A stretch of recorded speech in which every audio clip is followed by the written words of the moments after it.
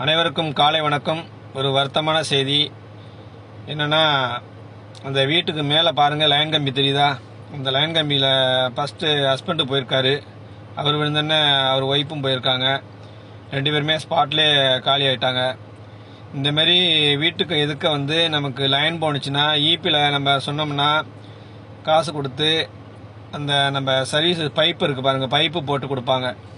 அதாவது கரண்டில் மட்டும் எர்த்தில் எண்ணெய் விட்டுட்டு போடலாம்.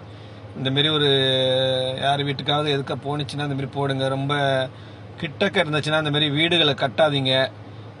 அதுக்கு ஒரு 2 மீட்டர் என்னமோ ஒரு கேப் இருக்கணும். அந்த கேப்பில் விட்டுட்டு தான் கட்டணும். என்ன பண்ணுறது, சந்தர்ப்ப சூழ்நிலை கட்ட வேண்டிய சூழ்நிலை இருக்குது. இப்போ நம்ம வீட்டில் கூட இப்படி தான் இருக்குது. கொஞ்சம் ஒரு மீட்டர் அளவுக்கு. ரொம்ப வருத்தமான செய்தி. அவருக்கு 30 வயசு, அந்த அம்மாவுக்கு 28 வயசு. நம்ம வேதாரண்யம் தாலுக்காவில் தான் இந்த சம்பவம் நடந்திருக்கு. 2 பேரும் ஸ்பாட்லேயே காலி. ரொம்ப வருத்தமான செய்தி. யார் வீட்லையாவது இப்படி இருந்துச்சுன்னா நீங்கள் ஈபியில் பணத்தை கொடுத்தீங்கன்னா அதை போட்டு கொடுப்பாங்க. கரண்டு இந்தமாரி லைன் வீட்டுக்கு எதுக்க போணுச்சுன்னா கட்டாயம் இது எல்லாருமே போடுங்க. இந்த இதை இப்படி இருந்துச்சுன்னா எல்லாருமே ஷேர் பண்ணுங்க.